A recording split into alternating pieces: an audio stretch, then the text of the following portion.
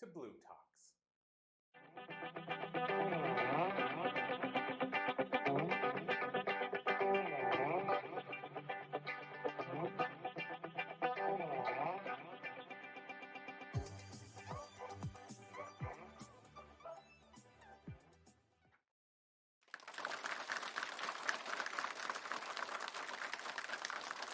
Gary, I'm really excited to be here with you.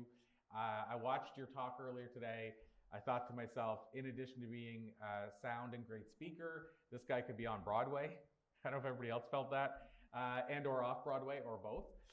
So Gary, where I want to start is, and I know it's a big question, but rather than me try to talk about a bio or anything like that, can you tell us a little bit about where all of that came from? Like, where did you get this knowledge, the experience, the speaking prowess, all these things?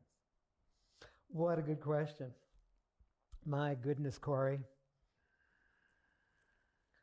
I started out as a wild child climbing trees and being very acrobatic, gymnastic, wild elf monkey when I was really young. I became a champion springboard diver in high school and college, gymnast, track star. Studying transformational body therapies in the 70s in San Francisco, I developed my own form of transformational body therapy, which then included a theatrical component. It wasn't my thinking, it was simply to be efficient in giving these powerful stretches to people. I was drawn to also speak in rhyme like Dr. Seuss at the same time, to take people on an inner journey, a vision quest, swiftly through their self-talk, so their relationship with their body, their communication, their creativity, their partnerships, and their contribution to humanity would instantly be transformed. When I received a lot of that body therapy, out came all this creativity in me that was held inside. I made a decision at that time. The decision was, oh my goodness, we must all be buried within our own landscapes. And I devoted my life from that age 20, I'm now 72, to being an archaeologist of the soul, to freeing the physical layers of tension, underneath that, the emotional self-talk that's holding those tensions in place, and then underneath that, the creative gifts of expression emerge. So I became dedicated to creating this pathway for others to free their own self-expression. In so, I also came out as a court jester. Suddenly all this creativity propelled me to be doing compelling telling stories, and I began doing living legends living in Hawaii in this three-horned hat, the face paint, the harlequin outfit, and loving bringing living legends, that was the name of my company, to bring people's stories, authenticity, inner dialogue to life. Now I use it for presentation coaching to help people authenticize and come from a deep-centered core place in their guts, in their body, in their wisdom and their vision and their way of sharing their caring in life. So that's the short, long version of your asking me that question. Well, I mean, what I want to ask you about based on that, I find fascinating is the rhyming side of it. Is, you know, growing up, obviously a product of Dr. Seuss as well in a lot of ways, based on my age. The rhyming stuff fascinates me. What I'm curious about, you know, the 10,000 hour rule, how much a part does that play into the rhyming? And what I mean by that is, were you somebody that always could just rhyme quickly, or is that something you developed over time? It developed over time. I went to a very fine private school in New York City, Horace Mann Private School, secondary school. And we had an excellent English department, studied one play, King Lear, for 5-6 months, circulating all the different words about blindness and vision and seeing. And so I developed a real understanding and a beautiful gift also through creative writing back then to bring my own wisdom and insights from the inside out. Now, that was way back then. Yet the ability to bring out rhyme mainly came, particularly when I was doing the body therapy, to make more efficient and streamlined the wisdoming in the strokes. So, for example, when I would stretch someone's neck from their ear while doing deep tissue, I would say to them, to say after me. My shoulder drops away. My shoulder drops away. I'm stretching the body at the same time as the exhalation while these words are being produced. More room for me to trust. More room for me to trust. What I feel, think, do, and say. What I feel, think, do, and say. Hip, hip, hooray. Hip, hip, hooray. So that little sillyism, that Monty Pythism, adds a velocity with the ridiculosity that's totally unforgettable, that cements in the body, cements in the psyche. Here today, as part of my presentation, one of the lines I was going to share at the end, which I forgot to say, but now I'm having the chance to share it, is these words that we can also share together, because I love participation. It's where it all comes alive. Are these words, everybody? The more I trust, the more I trust what I deeply know, the more my thoughts, my words, and my actions, fully, freely flow. Fully, freely flow. Head to toe. Head to toe. Hip, hip, hurrow. Hip, hip, hurrow. Bringing the row, row, row. Your life is what you theme. So I make up these silly constellations of conversations that, frankly, they're not spontaneous. I've said them so many hundreds of times that I'm picking and drawing what comes to me naturally. I see the prophecy of the words, and suddenly I say it, and it evokes a particular awakening of what stored energy, stuck, stubborn energy, has been waiting to be released. That frees a person to be unleashed in their full self-expression. Wow, I mean, it's I don't know about you guys. This is fascinating to me because I don't know many people that do it or can do it, and it makes me think of in Canada there was a comic. His name, I shouldn't say was. There is a comic. His name is Mike Bullard, and he hosts the longest running late night show. And he was a comic first, stand-up comic first. And one of the things Mike was able to do, which I didn't see anybody else doing, was he could go to an audience and he could say, "You, sir, what do you do for a living?" And they would say, "I'm a fireman," let's say, or a doctor, or what have you. And he could take that and riff with them for like a half hour. Yeah. And it's fascinating because you could have said any answer, right? But what he did was he categorized doctors, lawyers, firemen, whatever, and then he categorized chefs and this and that. And he told me, like, it was all these windows. He had them all categorized. Yeah. So he knew exactly where he was going. So it blew my mind because it seemed so spontaneous, and yet it was not spontaneous at all. Exactly. I thought that was fascinating. Yeah. Often when I'm working with someone, coaching them to be a better presenter, to be more full-bodied in their engagement, their interactive impact, and their effectiveness with their live and recorded presentations on every stage of their life, even that last two sentences, I've said it thousands of times. So I actually see the words and I see a picture of the next scene before it even happens. I see someone who's stuck. For example, one of the exercises I love to practice with people is, who here has a sense that you have a wall in front of you when you're presenting in front of audiences? We all do from time to time, right? Let's have someone, what does that wall look like? Take a few people out of the audience or hold yourself like the wall. Communicate to the wall. Create a new story about the wall. Thank the wall for protecting you from being hurt so you don't have to be seen or heard. And now, what do you want to do with it? Person says, well, I want to turn the wall into something that connects me to the audience. So they might reach out as a bridge or turn it into a flower. Everybody has a different version.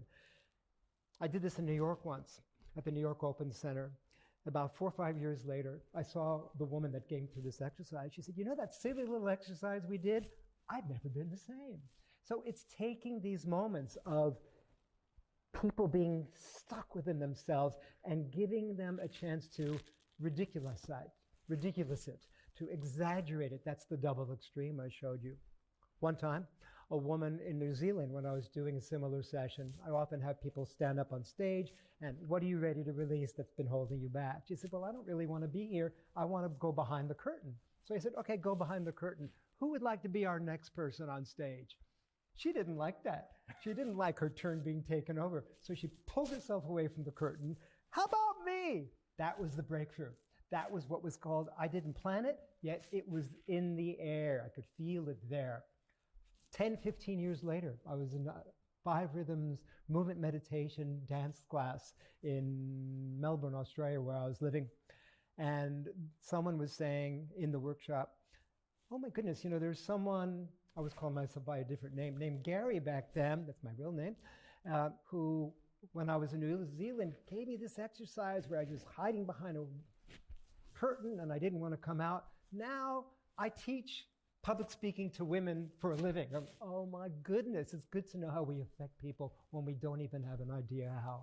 So these moments are often preceded by visions, words even written that I see, feel, and I just do what's right in front of me. That's how this happens.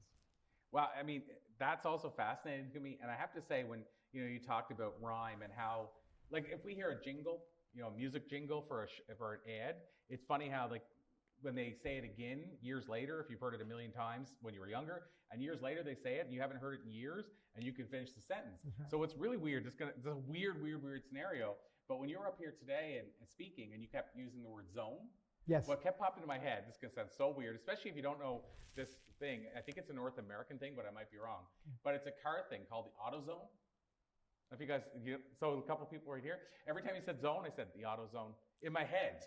And it's like a car commercial that's gotten embedded in my head. Just like Safe Light. There's in Canada, it's, what is it, Safe Glass. Here it's Safe Light. And it's the same jingle. And if somebody says Safe Glass Repairs, I go Safe Glass Replaces.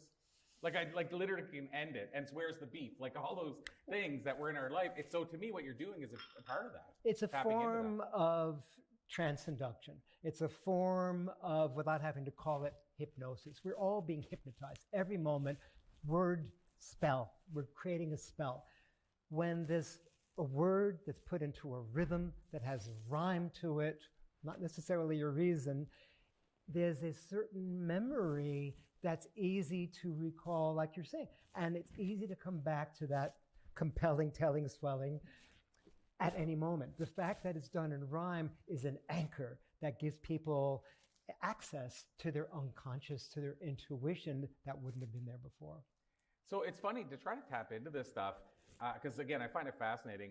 It's wild how, another example of that to me is, it's not the rhyming or anything, but how we can maybe sort of plan so that people remember what we said, or plan how it's embedded in us, is I think of Steve Jobs. Yes. So Steve Jobs with Apple, he did all these, he would go do it, what would you call, like a launch of a product, and he planned it for 6 months, but it was just one day, and then the video circulated online. And people started studying what he had done. And obviously it was knowingly, but I don't know how much he put into it as far as the knowing how it would take off. But there were things he did that were patterns. So for example, when he finished his presentation for the, let's say the iPod, the takeaway, and he did this so the media would use his same soundbite. Now they said he spent 6 months blocked away in a room preparing. So you'd see him do this talk and you're like, this is a casual talk. But you notice he always spoke in threes, which we've been conditioned, 3 acts to a play, 3 acts our whole life. So he would speak in threes, he would count it out in his fingers. But he always, when he gave you a tagline for his talk, it was always 5 words. So 1,000 songs in your pocket. And then the media ran and said, Steve Jobs just showed us how to have 1,000 songs in our pocket. So he gave the media the soundbite. The other one was, there's an app for that. Yes. But what I'm saying is he did that with every talk. Again, I think that's very intentional, because it wasn't a coincidence that it was always 5. But what I'm saying is it's amazing how I can still tell you what Steve Jobs said at a dry presentation. I can tell you exactly what he said, what the message was. Following on what you're saying right now, I also love to use triangles within circles. And one of the key points, I was sharing it earlier today, I was saying make this shape with your fingers and your elbows, which I call the P formula. For each point I make, I give one example that visceralizes, where people can visualize that point, showing what I'm telling, and then an application to the audience. If these points that we're talking about now, about rhyming and remembering these simple mnemonics, are able to have simple examples like the ones we're sharing today, then you, the audience, you who are watching here today, both live and online, can easily remember, oh, okay, my first point, my first example, my first application, great. That's the cycle of communication. Let's move on to our next point. So that pattern of threes is very, very powerful when practiced. the audience then starts to be rehearsed, to be trained to know what you're going to say before you even say it. That PEA formula is one of the simplest that I love to use in helping speakers. What do I have to say next? Have your point be followed up by one simple example and one application. All right, let's move on to our next point. Yeah, I call it the rule of three, but I love the idea of working in threes. And one time somebody I was interviewing, I said to him, can you give me some examples? He said, I'll give you three. He said, do you know why I say three? And I said, no. And I just always love this. He said, because there's only 4 numbers in the world. I said, oh, what are those numbers? 1, 2, 3, and far too many. Meaning we're done after 3. That's as long as we listen. So I always love that visual of that.